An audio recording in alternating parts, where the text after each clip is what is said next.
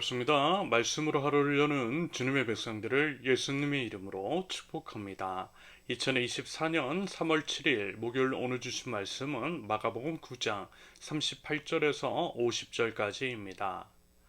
요한이 예수께 말하였다. 선생님, 어떤 사람이 선생님의 이름으로 귀신들을 쫓아내는 것을 우리가 보았습니다. 그런데 그 사람은 우리를 따르는 사람이 아니므로 우리는 그가 그런 일을 하지 못하게 막았습니다. 그러나 예수께서는 이렇게 말씀하셨다. 막지 말아라. 내 이름으로 기적을 행하고 나서 쉬 나를 욕할 사람은 아무도 없기 때문이다. 우리를 반대하지 않는 사람은 우리를 지지하는 사람이다. 내가 진정으로 너희에게 말한다. 너희가 그리스도의 사람이라고 해서 너에게 물 한 잔이라도 주는 사람은 절대로 자기가 받을 상을 잃지 않을 것이다. 또 나를 믿는 이 작은 사람들 가운데서 하나라도 죄짓게 하는 사람은 차라리 그 목에 큰 맷돌을 달고 바다에 빠지는 편이 낫다. 내 손이 너를 죄짓게 하거든 그것을 찍어버려라. 내가 두 손을 가지고 지옥에 곧 그 꺼지지 않는 불 속에 들어가는 것보다 차라리 한 손을 잃은 채로 생명에 들어가는 것이 낫다. 내 발이 너를 죄짓게 하거든 그것을 찍어버려라. 내 두 발을 가지고 지옥에 들어가는 것보다 차라리 한 발은 잃었으나 생명에 들어가는 것이 낫다. 또 내 눈이 너를 죄 짓게 하거든 그것을 빼어버려라. 내가 두 눈을 가지고 지옥에 들어가는 것보다 차라리 한 눈으로 하나님의 나라에 들어가는 것이 낫다. 지옥에서는 그들을 파먹는 구더기들도 죽지 않고 불도 꺼지지 않는다. 모든 사람이 다 소금에 절이듯 불에 절여질 것이다. 소금은 좋은 것이다. 그러나 소금이 짠 맛을 잃으면 너희는 무엇으로 그것을 짜게 하겠느냐?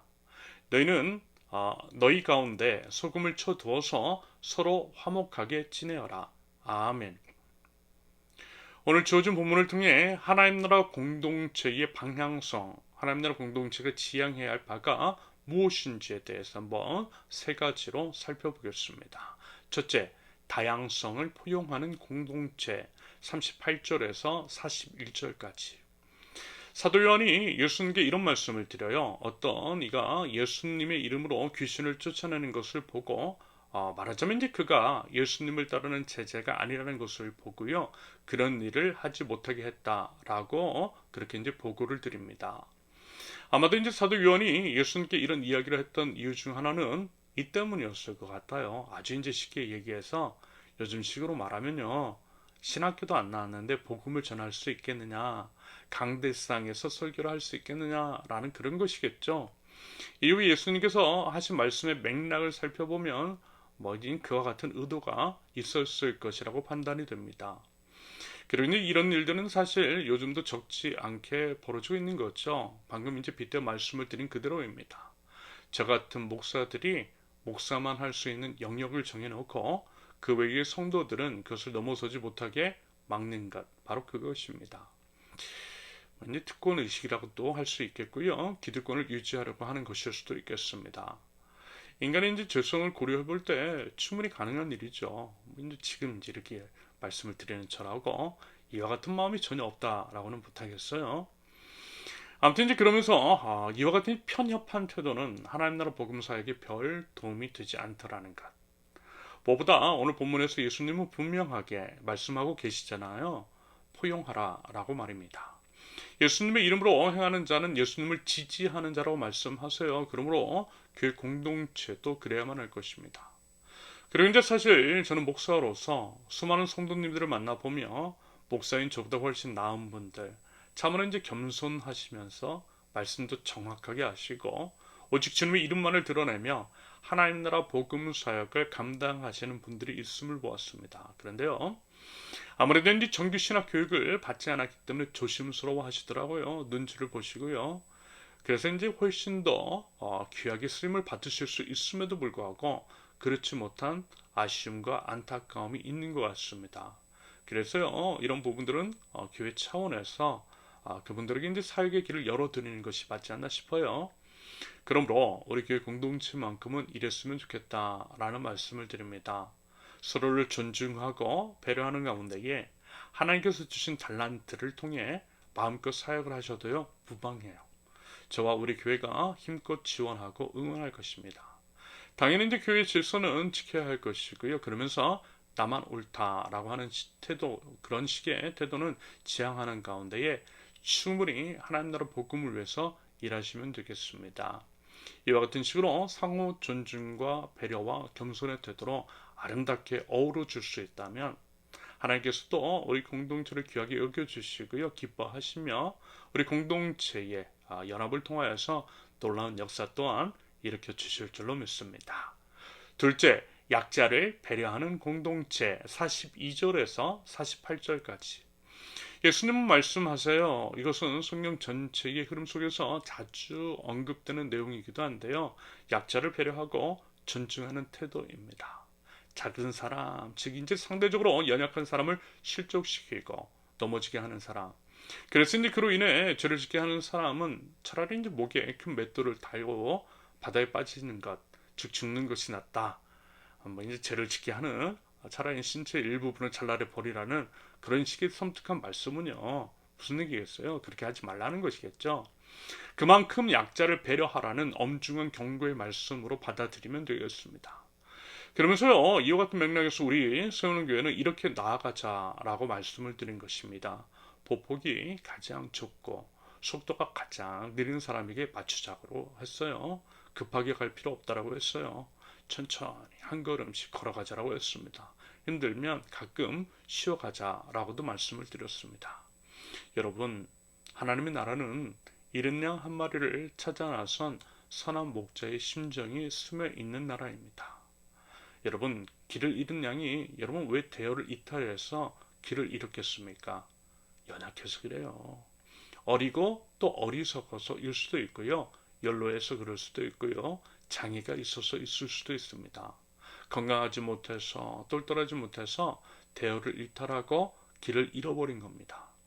세상은요, 그런 양은 차라리 없는 게 낫다라고 버리죠. 구조 조정의 대상으로 삼습니다.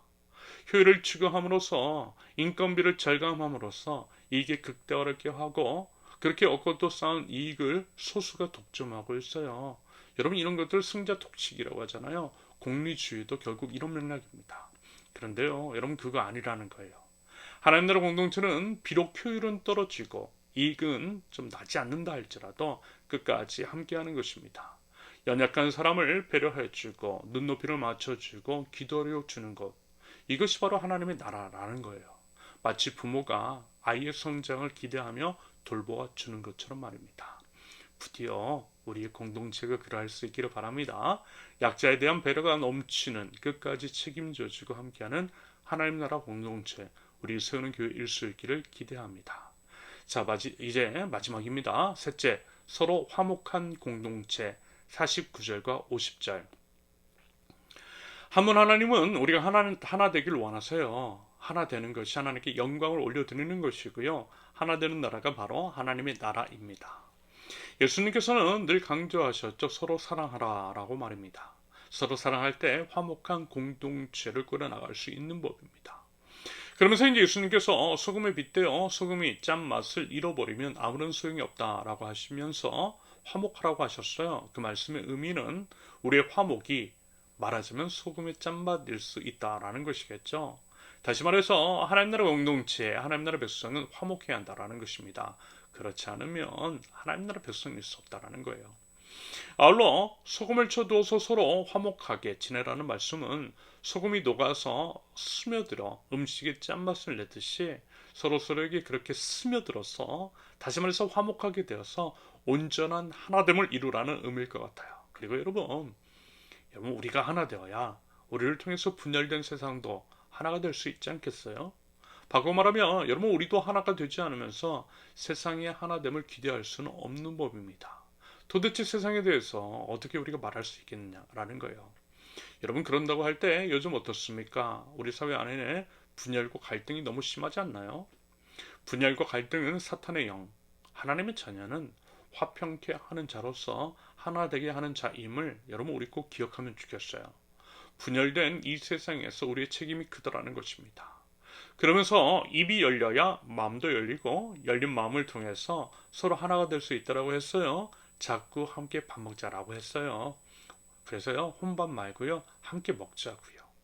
여러분, 그래서 혹시 식비가 걱정이 되면요, 여러분 말씀해 주세요. 우리 세우는 교회가 지원할 것입니다. 곳간에서 인신난다라고 했죠. 베풀고 섬기는 태도가 화목하게 합니다. 우리 예수님께서 그러셨던 것처럼 우리도 그래 보자라는 거예요. 그럼으로써 먼저는 우리의 공동체가 화목하게 되고 우리가 속한 모든 것이 우리로 인하여서 화목해 될 수 있기를 기대합니다. 반복해서 말씀을 드리지만 여러분 돈이 혹시 문제가 된다면요. 우리 세우는 교회는 기꺼이 도울 준비가 되어 있습니다. 언제든지 말씀해 주세요. 힘껏 도울게요. 부디 우리 이제 그렇게 우리 함께 협력하여서 하나님의 뜻을 이뤄 나갈 줄 아는 하나님 나라 백성들, 우리 세우는교회 공동체 될 수 있기를 예수님의 이름으로 축원합니다. 함께 기도합니다. 하나님 아버지, 세우는교회 공동체가 다양성을 존중하고 약자를 배려하며 화목을 위해서 힘쓰는 공동체가 되게 하옵소서. 그 모습을 통하여서 주변의 이웃들이 도전을 받고 그리하여 온 땅 가운데에 하나님 나라가 가치가 스며들어서 사자와 어린 양이 함께 뒹굴며 뛰어노는 하나님 나라가 이 땅 가운데 세워질 수 있도록 하나님 나라 공동체인 세우는 교회를 하나님 사용하여 주시옵소서. 예수님의 이름으로 기도합니다. 아멘. 하나님께서 오늘 주신 말씀과 각자의 기도 제목을 놓고 우리 잠시 기도합니다.